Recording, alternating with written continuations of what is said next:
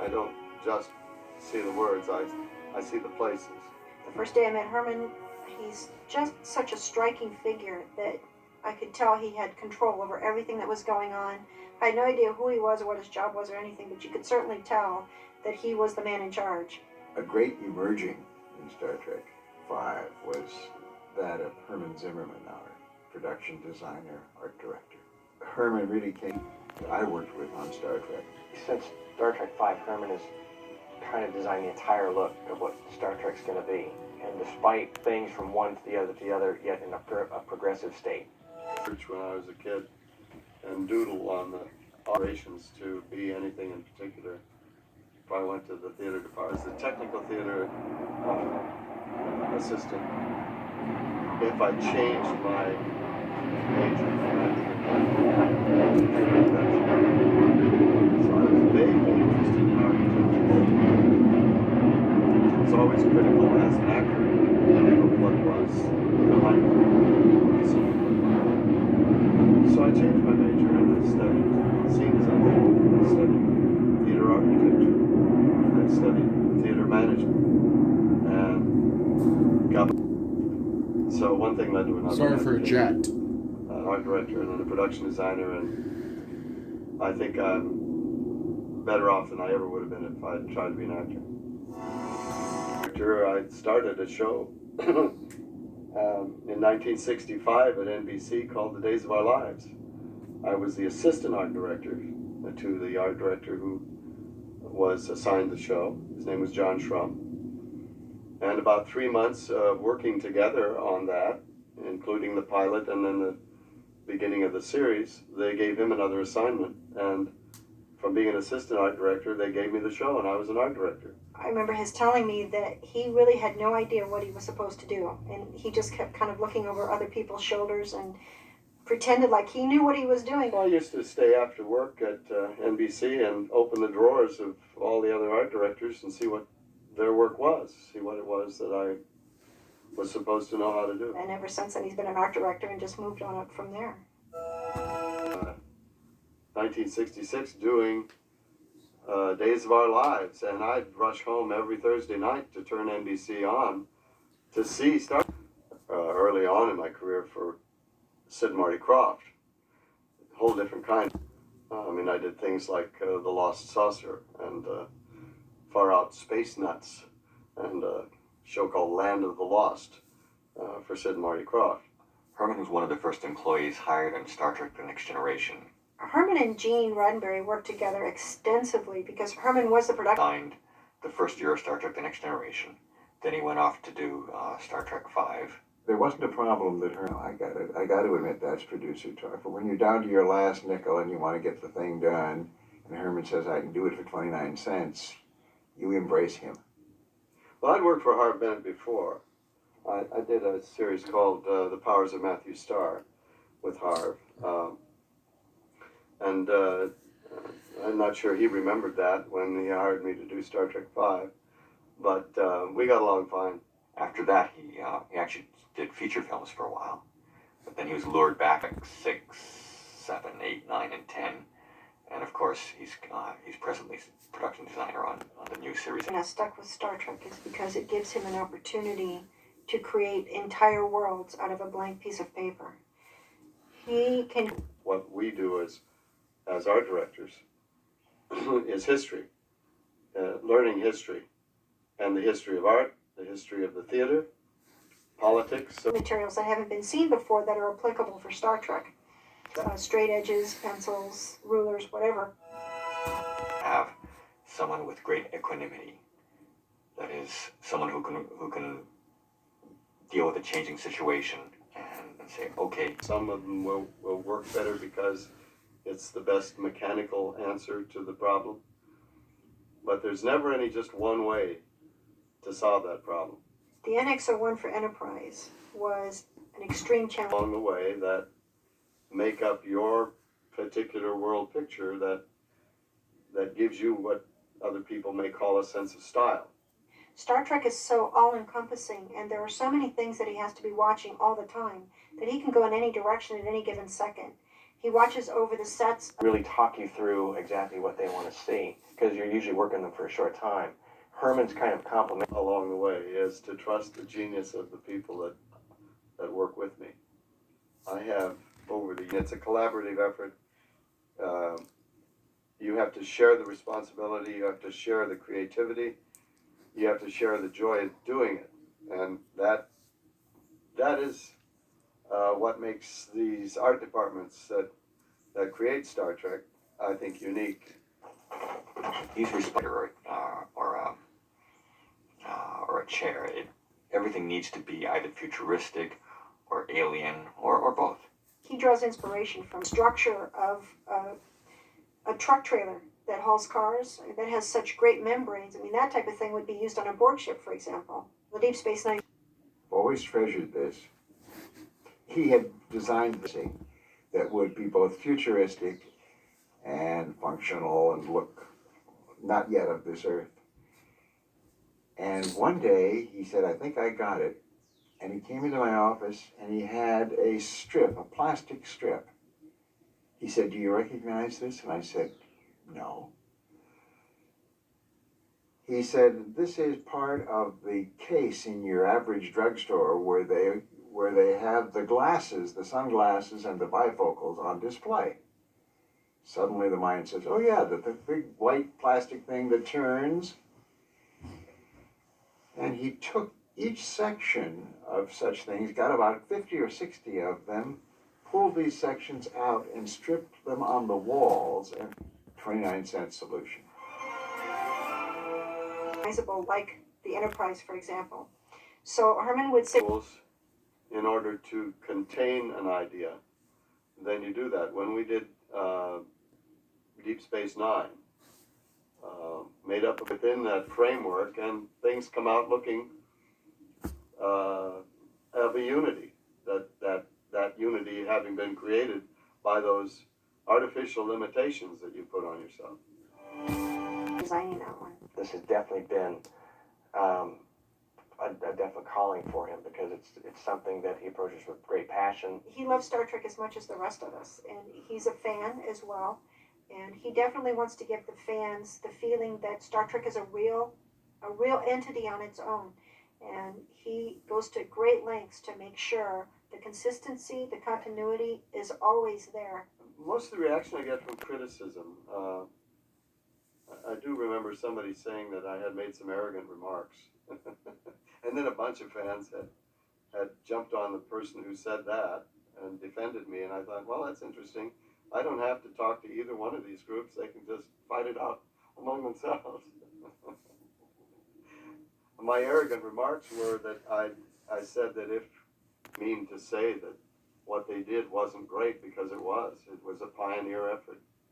Spend hours out of an extremely busy day to respond. For the young aspirant artist, I don't think I have words of wisdom. I have opinions. I think that there is always room at the top.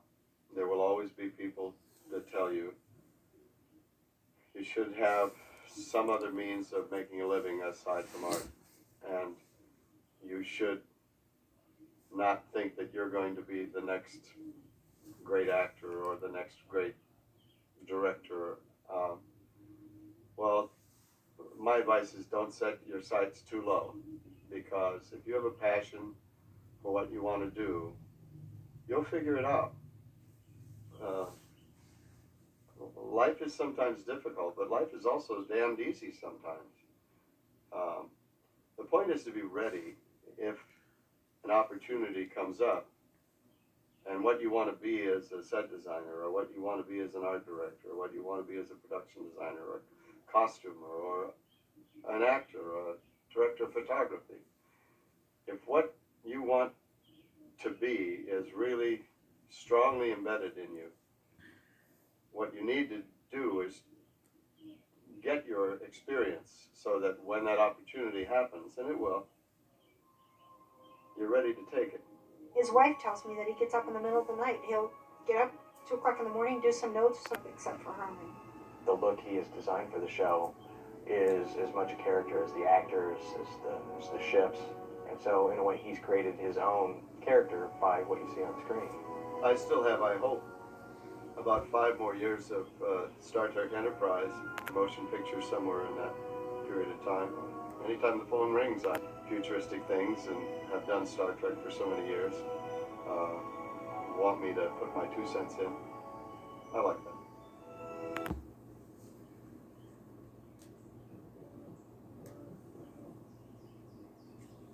Give us an explanation why the crew is in the sound. What are they doing? Explain the story. You hear the sound. The sound will build as we talk because there are trucks right now moving into position. They're moving a giant wall. I think it's a giant wall. Of course, not compared to that giant wall, but to our little man-made wall, 60 by 40 foot wall, fiberglass wall, which I will climb. And we will be shooting past the wall, looking at Yosemite, and theoretically, it's supposed to look like El Cap, like I'm climbing El Cap, part of the movie magic. But right now they're moving it into position, and the excitement for me right now is, will that trick work? It should work. Will the wall get into position? Will anything break? Will all the people appear? We've gone through a number of phases on this film. I've dreamed this story. I've helped write the screenplay along with David Lowery and Harv Bennett. David Lowery, of course, being the writer. Credits all to him. We've gone through a phase in which I've been grabbed by the throat by the studio and by the budget, and had to look at practical things. And now we're into that political phase where humanity now begins to insert itself, where a driver may not show up, where an actor may get sick. I mean, all the exigencies and accidents that making a movie has. Now we're in that phase that's taking place. And that wall is the first of the practical things. There's a human being moving that wall into place, and a human being is guiding it, and the excitement begins. Because tomorrow, the day we're speaking right now, filming begins on a project I've been on for 2 years.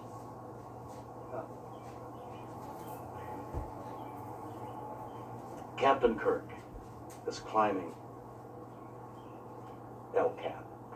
But not only climbing, he's free climbing. Free climbing is without ropes, without any securing devices at all. Hands and toes climbing up this granite, seeking energy, strength, and toe and finger holds up 3,000, almost 4,000 feet high in the air. One misstep, and it's and they fall. Free climbers fall. The first scene in the film is our guest star, Sybok, rides in on a polluted planet, which he has to breathe through a breathing device because everything is so polluted, and seeks to convert a follower to his way of thinking. The next scene, essentially the opening scene, Captain Kirk is climbing a mountain. Why is he climbing a mountain? I've thought often since I wrote Yosemite, Captain Kirk, free climbing. I thought often, why did I come up with that idea? And I had no idea. For the longest time, I had no understanding of the subconscious of picking free climbing, which I've never done. I'm fearful of heights. To me, my worst nightmare, as many people's are, is falling. And I've always found it hard to look over the edge of anything, a 2-story building, let alone 3,000, 4,000 feet. And then I began to understand, within the context of the film, let alone in real life, what that climb meant. The climb is not just a climb up the rock, but it's a climb, the aspirations to climb, to reach higher than yourself. Man and this human being, Kirk, representing all of man, climbing higher than himself. There's a line in the scene, I wish to make this ascent, he says. I'm making an ascent. The meaning of that line, obvious now, taken out of context. Free climbers challenge the rock, challenge themselves. They are at one with the rock. They become part of the rock. There is reason to believe that granite is alive. The crystal formations and the crystal growing, there's reason to think that if crystal can recreate itself, that's one of the criteria of life. And climbers believe that granite is alive, and they get energy from the granite.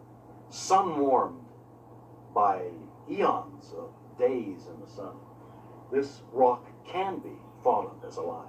And so they climb this living body, seeking to be part of the living body, aspiring to climb to the top and challenging death and thereby gaining life. And that's what I thought Kirk would be doing. And we treat it in a funny, in a comical fashion. There is great humor in the scene, and that was the reason I discovered for myself that Kirk is on the mountain. And the only place he could be was Yosemite, because this is the Mecca for climbers from all over the world. Friends of mine who've been on that mountain over there have said they have been climbing and have heard languages from all over the world and not heard English. Climbers from every country in the world come to Yosemite to climb El Cap and the mountains around it, because it is one of the great climbing places in the world. Well, in the film, when asked by Spock why you're climbing the mountain, Kirk says, somewhat facetiously, because it's there, a remark attributed to the climber Mallory. Probably did say it, or maybe it was said by every caveman who went above the lip of the cave and jumped off the top. And, oh, why are you doing that? Because it's there. Which is an answer that fends off the true emotion of climbing a mountain. Mountain is climbed, yes, because it's there, because otherwise you'd be walking in the plains. But the mountain is climbed because I think the climber wants to hug the mountain. He wants to envelop that mountain within his body. He wants to make love to the mountain. And on its highest and finest level, whether these tough young guys with their sinewy bodies and their one meal a day routine will admit it, there is a passionate affair going on between the climber and the mountain. Why do I climb the mountain? I would say the climber would say, because I'm in love. Now, in order to create that illusion, I, who am aging rapidly even in front of your eyes, and who, as I say, hate heights, could not go up 2,000 feet in the middle of that mountain under any circumstances, let alone insurance. So we've, as I said, created this false wall, and that's putting me on the mountain.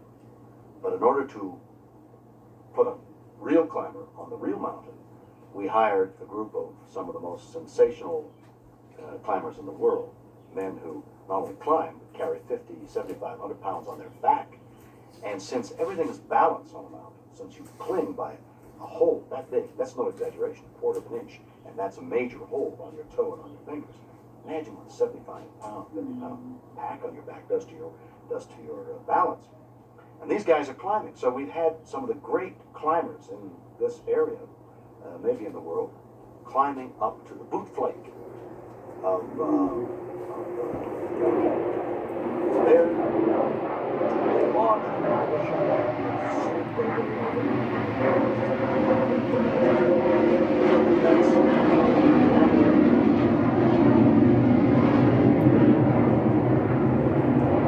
so that married.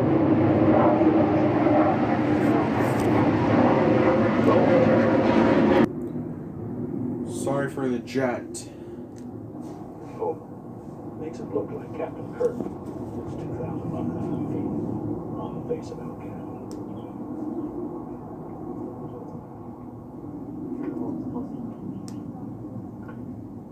Among the symbols in the film, fleeting and elusive and peripheral, the climber with his fingers in teeny cracks in the granite, clinging to life. And what a symbol, because we all cling to life by that finger hold, as tenuously as the climber does. And we lose our grip sooner or later. It's the passion of the climb in life or on the mountain that really counts, not the number of finger holes or the depth of the finger. And by putting Yosemite in our future science fiction Yosemite exists, its timelessness, in a short time of 300 years from now. We, human beings, are rapidly depleting all the value. We're sucking the life out of our planet by our voracious consumption. We have to learn to restrict and think smaller. And if 300 years from now, Yosemite exists in its state as it is now, our wilderness area, we therefore, by extension, say we were able to learn and able to constrain ourselves, and life still exists on Earth. We're going through really tight. Hold it, please. When asked so many times why Star Trek is so popular and why it continues to be popular, I answer because I firmly believe that part of the elements that attract Star Trek to so many people is because of the hopefulness inherent in the stories. And by putting Yosemite in this picture, 300 years from now, we're saying humanity has triumphed over the habits that we have fallen into in this age that we have entered into, the habits of consumption, the habits of overpopulation. We have survived. Yosemite and man coexist together. Beautiful. Okay, thanks. When faced with a decision of going someplace, that a choice that is offered to Captain Kirk in the movie, he is reminded that one of the edicts of the show is to go where no man has gone before. And he makes his choice based on the fact that the imperative of to go where no man has gone before. And the climb up El Cap is going, the free climb up El Cap is going where no man has gone before. Okay. Climbing is usually thought of as an obstacle. The Final Frontier, which is the title of the film, lends itself to many themes. One is going out in a voyage of discovery aboard the Enterprise of literal, physical, technical discovery.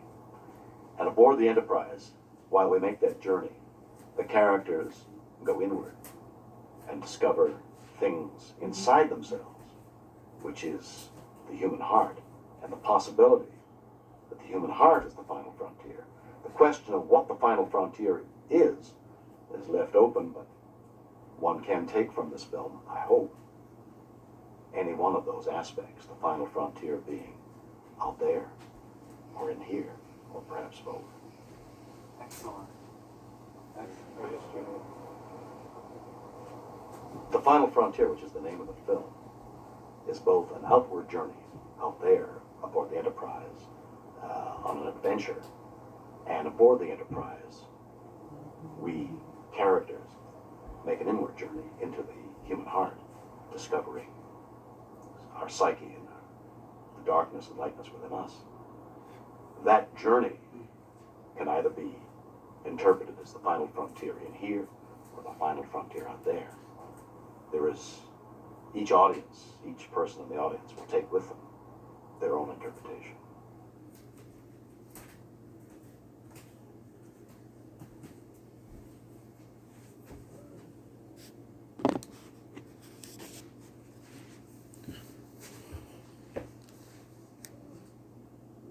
Some questions of self, what's the place in the universe, what is the universe? We must stick to our own business here on Earth. Outer should be filled with that which is way beyond us.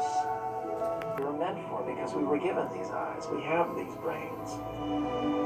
You to do what? To witness and celebrate. We are the occupants of a theater.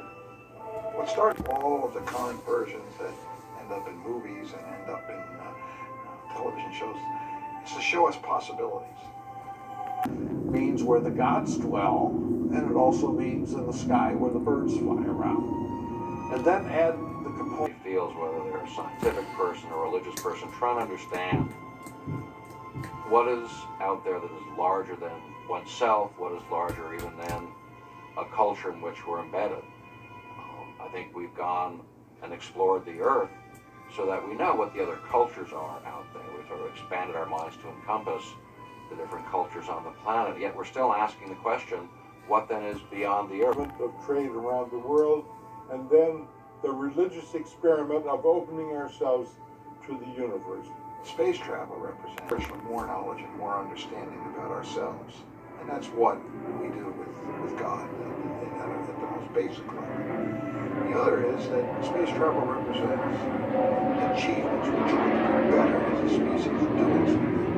Astronauts, we have to do it with our imaginations, and that's where Star Trek and science fiction. Star Trek, some people do sort of view it as a religion. The idea of searching. The idea of science fiction is what, Star Trek is about. So, and I personally resonate with that in terms of a journey and, who is God, what's my relationship with God, what's that about? The fact that there was still this push for a spiritual or religious understanding of the universe is an interesting topic for Star Trek to have gone after. I think it goes back even to the earliest TV shows. The Star Trek story of inquiry and not being able to predict how each encounter will turn out as we go out and find the knowledge. Are you? Nobody believes in the Greek gods anymore. And he didn't have the power and influence, so he'd escape to this place. Gods when they're out of a job. The Wrath of Khan. You have an almost Faustian view of the world. Kirk's ex-wife. If I'm good as a civilization can be, the Federation in Star Trek, if we're good, then we get to unroll Dad's blueprints and make stuff. And that's sort of what we're doing right now. Have picked up God's tools. The planet that we made is two entirely different notions of spirituality, of our relationship with the act of creation. I've had emails, people saying that where is religion in Star Trek? Where is religion in Star Trek? And I don't think religion is gone, but I think at that point in our future, we've started to believe in humanity as much as we believe in religion. And one of the themes that runs through is typified by Star Trek V, the notion of what we do about the spiritual. The limitlessness of space, but on the other hand, we deal with the most intimate things from within. It's a very interesting moral lesson that Star Trek V is teaching, and I think it's in some ways an underrated member of this series. At the opposite end, there are scientists who are constantly looking for evidence of planning in nature. Some people talk. So there's really two cultures that look at this, and they certainly interact back and forth, but I think they come out of a very common human experience, which is to understand our place in the broader universe. And Star Trek has dallied with this again and again and again. The notion that the universe is convenient 100% different, plus or minus. Life could not have appeared in our universe. These are what are called the Gosh numbers. And they've been discussed in science fiction and in Star Trek. And it raises an interesting question. Did evolution somehow channel us into this narrow type of universe in which life could thrive? Or was it a function of design? I think when SETI finds other worlds, other creatures, which in many cases will be more advanced than we are, it is going to show that many of our contemporary religions are too limited. It will open the doors to expansion, broadening of those religions, and overall I think this will lead to, if you will, an improvement in religion. And in fact, it could well lead to people becoming more religious. It's kind of like outer space is calling us on the telephone, you know? The phone rings and we answer it and you say, yes, I was hoping you would call. As for the specific notion of running into an alien in Star Trek, not if they're snooty. The final scene of And the Intimate, that's the genius of Star Trek.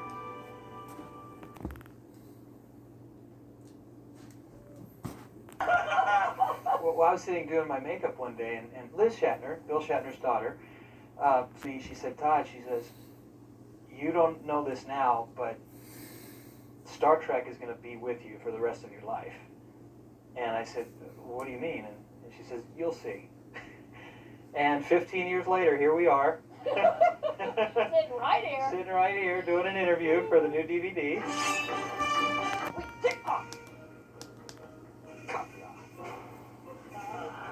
I was the woman behind the man pushing him because I wanted that power. Who had an obsession. You came in really young. You got everything. Daddy handed it over to you. Yeah, father.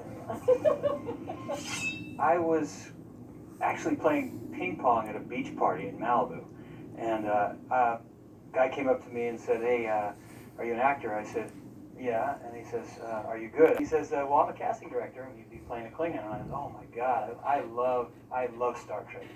I go in for the audition, and I'm like the last guy to go in, and I do the audition, and there's William Shatner and all the producers and everything, and he says, "Okay, Todd," he says, "that was William Shatner.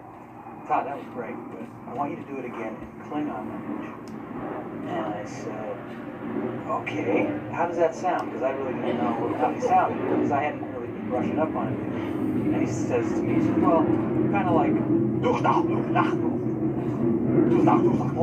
he said, "Yeah, perfect, just like that."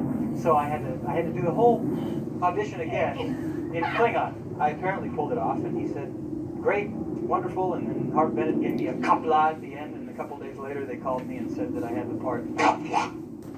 Couldn't wait to drive through traffic to Paramount, pick up my sides, and once I got, oh, well, here it is. And I said, "So, she Captain Kirk's girlfriend?" And he said, "No." I said, "What is she?" And he said, "She's a Klingon." And I went, "Huh!" And I actually ran outside, called my agent, and I said, "Oh my God, this is a part of a Klingon." She said, "Yeah." And I said, "Well, Klingon up and take the role." It's fun to play the bad guy. It's not a character that is just rude, crude, spits and belches and shoves and blah, and that rowdiness. I just really wanted to physically create something that was very strong and but had a personality, a really driving personality, but physically, she looked like she was an alien. When I said to William Shatner, 6% body fat, I brought my waist down into 22 inches. I wanted a V shape. I wanted to look like a very strong, sensual, sexy, hardcore replacement.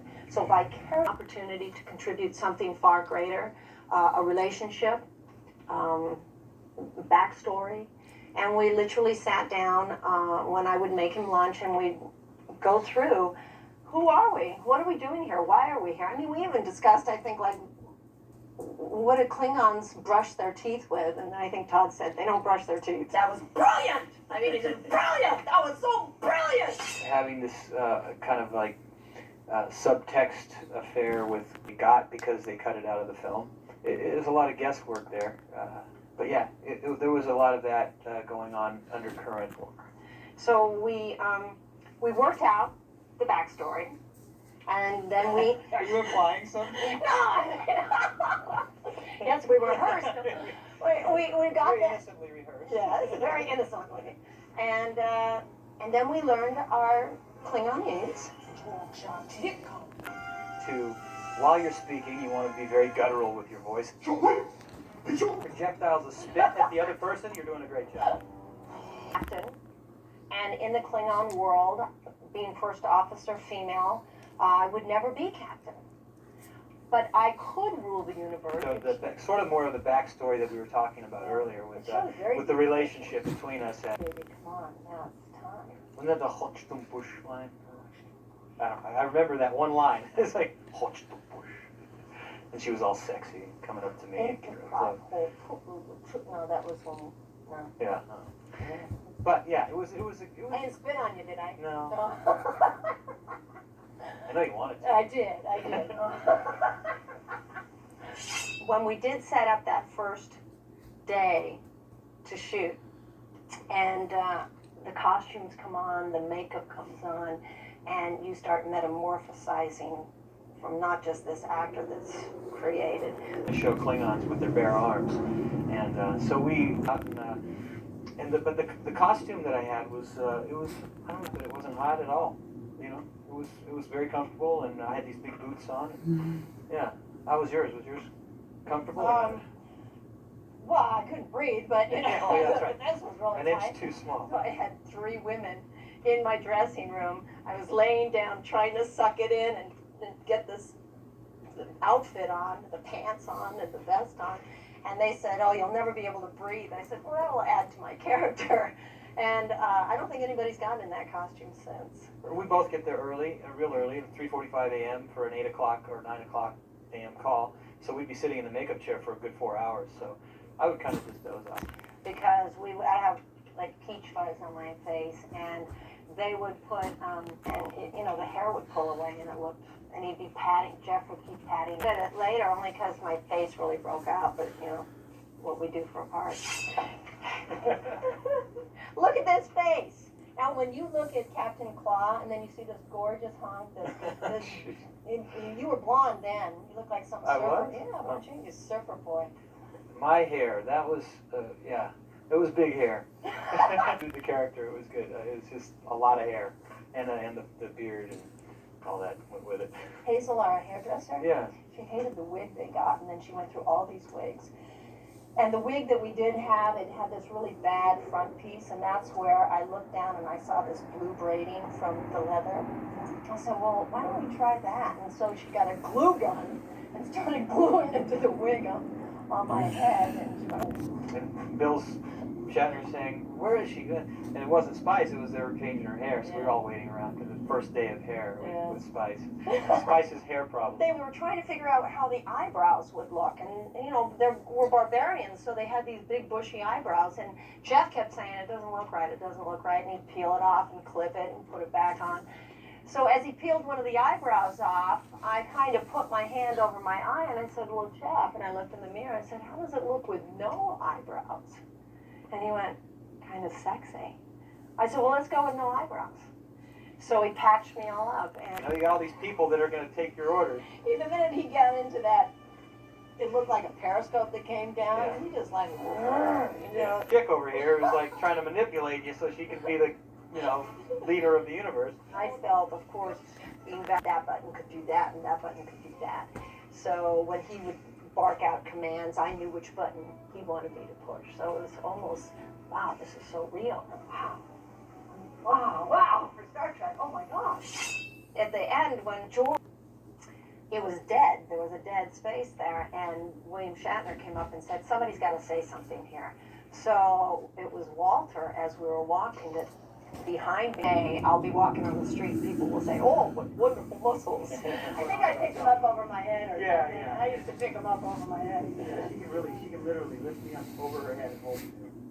Star Trek V for me was probably and I'm a stunt coordinator now, so I have been all through my career. I kind of got a star. I like being a star. I love it. In a positive way. We were able to create these characters, bring life to them, language. As much as I'm going to enjoy it when I watch it again, and we want to just wish everyone the best of success, and success in Klingon would be.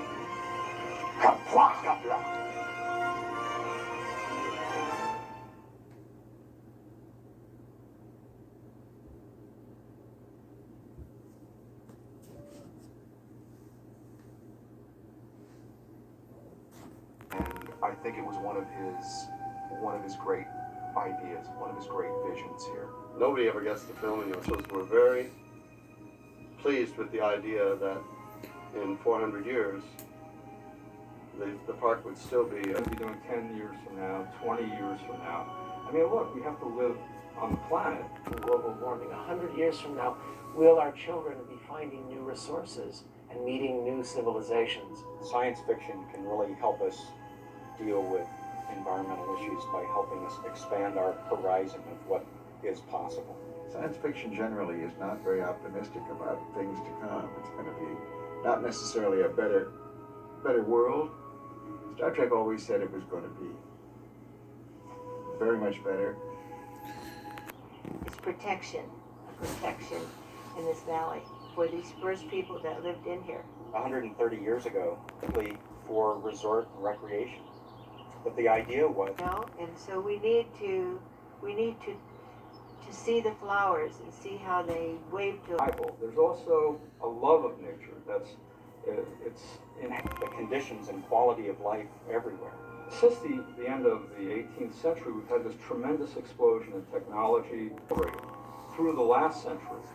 And as far as we can tell, will continue through the next few centuries. 300 years from now, if we haven't really faced the challenges that are before us, time for us to put the human species out of business. You know, there's always a saying, it's not nice to fool Mother Nature.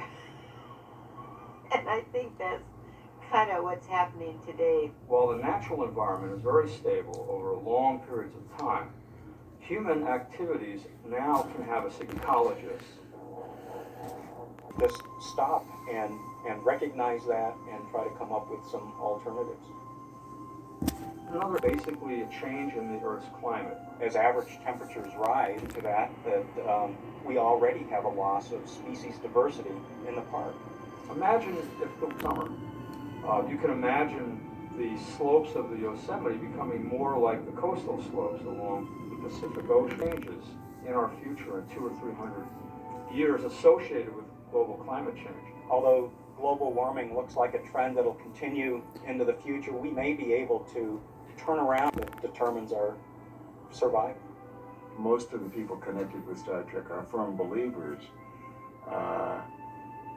that not only the environment but the life itself will be better 300 years from now. I tend to be an optimistic pessimist, and we have this looming issue. Realize this threat, this danger, at an early enough stage to prevent it from happening. I am very optimistic about the future. I think that some of our current history, current challenges in Yosemite, An environmentally engineered world where everything is concrete and steel, maybe plastic plants, or genetically engineered plants and animals.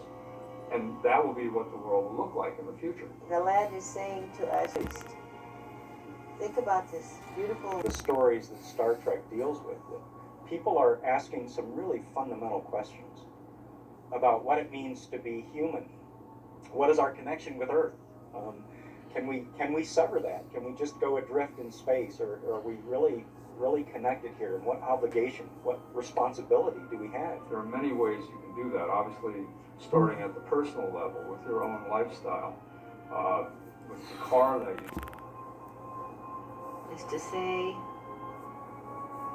look at me and respect me and thank me for what I've given to you. Hopefully in the future, if Kirk and Spock or anybody like them. That is it. Let's move on.